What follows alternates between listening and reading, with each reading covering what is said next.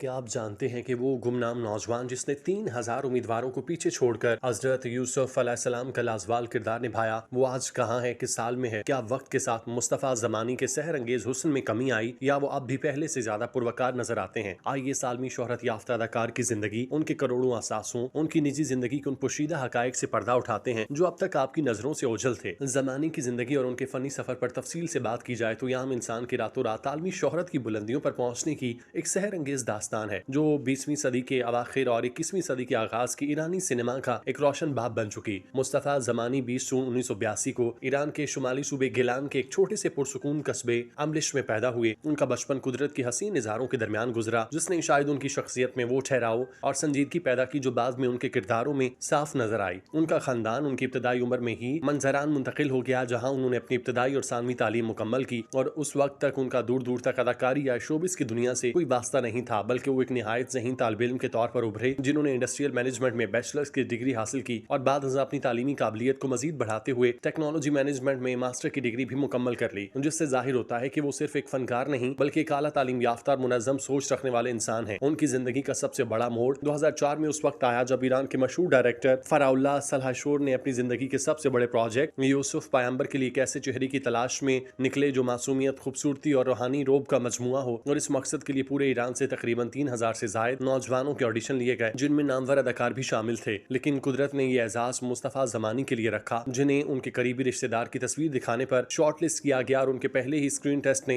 हिदायतकार को यह यकीन दिलाया कि यही वो नौजवान है जो हजरत यूसुफ अलैहिस्सलाम के किरदार के साथ इंसाफ कर सकता है। उस ड्रामे की तैयारी के लिए मुस्तफ़ा ज़मानी ने जो कुर्बानियां दी वो हैरान कुन है, क्योंकि उन्होंने शूटिंग शुरू होने से पहले और दौरान शूटिंग तकरीबन 3 से 4 साल तक खुद को मुकम्मल तौर पर समाजी जिंदगी से काट लिया, किसी भी तकरीब में शिरकत नहीं की और अपना ज्यादातर वक्त कुरान पाक की तलावत, तारीखी कुतब के मुताले और तन्हाई में गुजारा ताकि वो उस अजीम पैगंबर की शख्सियत के रूहानी पहलुओं को अपने अंदर जज्ब कर सकें। यही वजह थी कि जब 2008 में ये सीरियल नशर हुई तो उसने न सिर्फ ईरान बल्कि पूरी इस्लामी दुनिया समेत 60 से ज्यादा ममालिक में मकबूलियत के वो झंडे गाड़े जिसकी मिसाल नहीं मिलती। जहाँ तक उनकी मौजूदा हालत और बढ़ती उम्र का ताल्लुक है तो 2026 के इन दिनों में मुस्तफ़ा ज़मानी अपनी उम्र की 43वीं बहार देख रहे हैं और फितरी तौर पर वक्त के साथ साथ उनके नकूश में वो लड़कपन वाली मासूमियत अब एक पुरवकार मर्दाना संजीदगी में बदल चुकी, लेकिन उनकी आंखों की वो चमक आज भी बरकरार है जिसने करोड़ों लोगों को मुतासिर किया। सोशल मीडिया और हालिया इंटरव्यूज में उन्हें देखकर ये एहसास होता है कि वो अपनी उम्र को बहुत वकार के साथ कबूल कर रहे हैं। उनके बालों और दाढ़ी में चांदी की झलक अब वाज़े तौर पर है जो उनकी शख्सियत को मजीद रोबदार बनाती है। अब वो ज्यादातर सॉल्ट एंड पेपर लुक में नजर आते हैं जो उनके मद्दाहों में बेहद मकबूल है। तहम वो अपनी सेहत और फिटनेस का खास ख्याल रखते हैं। वो आज भी ईरानी इंडस्ट्री के महंगे तरीन और पुरकशिश तरीन अदाकारों में शुमार होते हैं। उनके मुआवजे के हवाले से गर्चे ईरानी प्रोडक्शन हाउसेज हमेशा राजदारी से काम लेते हैं, लेकिन मोतबर जराए बताते हैं हजरत यूसुफ के वक्त वो एक नए अदाकार थे, इसलिए उनका माहाना वजीफा या मुआवजा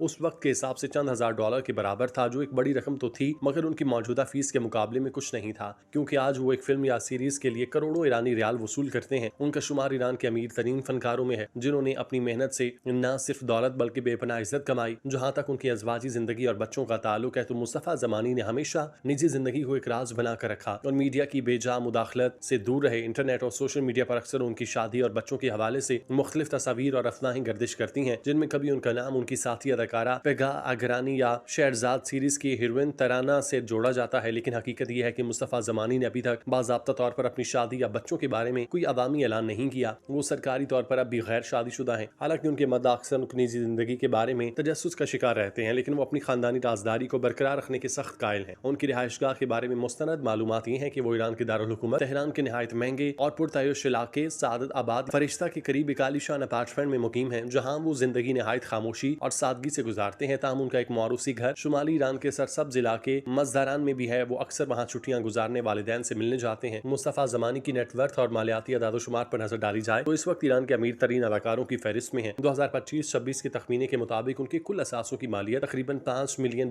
से $8 मिलियन के दरमियान बताई जाती है, जो उन्होंने गुज़श्ता 2 दिहाइयों में फिल्मों, mega hit drama serials, web series और मुख्तलिफ ब्रांड इंडोर्समेंट के जरिए कमाई। अगरचे हजरत यूसुफ के वक्त उनका मुआवजा महज चंद हजार डॉलर माहाना के बराबर था, लेकिन उनकी आलमी कामयाबी के बाद उनकी डिमांड में सैकड़ों गुना इजाफा हुआ। आज वो एक फीचर फिल्म या वेब सीरीज के एक सीजन के लिए खती रकम वसूल करते हैं। उनकी आमदनी का बड़ा हिस्सा रियल स्टेट में सरमायाकारी और मुख्तलिफ कारोबारी शराकतदारियों से है, जिसने उन्हें माली तौर पर इंतहाई मुस्तहकम कर दिया और वो तेहरान की सड़कों पर अक्सर कीमती और लग्जरी गाड़ियों में देखे जाते हैं, जिनमें BMW और पोर्शे जैसे ब्रांड शामिल हैं। मुस्तफ़ा ज़मानी का फन सिर्फ ड्रामे तक महदूद नहीं रहा, बल्कि उन्होंने साबित किया वो हर तरह के किरदार में ढल सकते हैं। चुनांचे हजरत यूसुफ के बाद उन्होंने शहरजाद जैसी शाहकार वेब सीरीज में फरहाद का रुमानवी और इनकलाबी किरदार निभाकर नाकदीन को वर्ता हैरत में डाल दिया और ये सीरीज ईरान की तारीख की कामयाब तरीन सीरीज मानी जाती है। उनकी दीगर अहम फिल्मों में आल, फेयरवेल बगदाद, जेमी और स्पेशल लाइन शामिल हैं, जिनके लिए उन्हें बैनुल अक़वामी सतह पर पज़ीराई मिली और वो ताजिकिस्तान, तुर्की, इराक जैसे ममालिक में बतौर मेहमान खुसूसी मदऊ किए जाते हैं, जहाँ उनका इस्तकबाल किसी सबराही मुमलिकत की तरह किया जाता है। वो अपनी निजी जिंदगी को बहुत ज्यादा छुपा कर रखते हैं, मीडिया की चकाचौंध से दूर रहते हैं। वो एक नस्ल के नुमाइंदे हैं जिन्होंने क्लासिकल और जदीद ईरानी सिनेमा के दरमियान एक पुल का किरदार अदा किया। मुस्तफा ज़मानी महज अदाकार नहीं बल्कि ईरानी सिनेमा का वो दरख्शां सितारा जिन्होंने अपनी पहली परफॉर्मेंस से तारीख रकम की। आज 43 साल की उम्र में भी उनका वकार और फन कायम है। वो अपनी मेहनत और सलाहियत के बलबूते पर करोड़ों के असासों और आलमी शोहरत के मालिक बन चुके यूसुफ सानी का ये सफर इस बात की दलील है कि सच्ची लगन और किरदार में डूब जाने की सलाहियत इंसान को गुमनामी के अंधेरों से निकालकर पूरी दुनिया का महव निगाह बना देती है।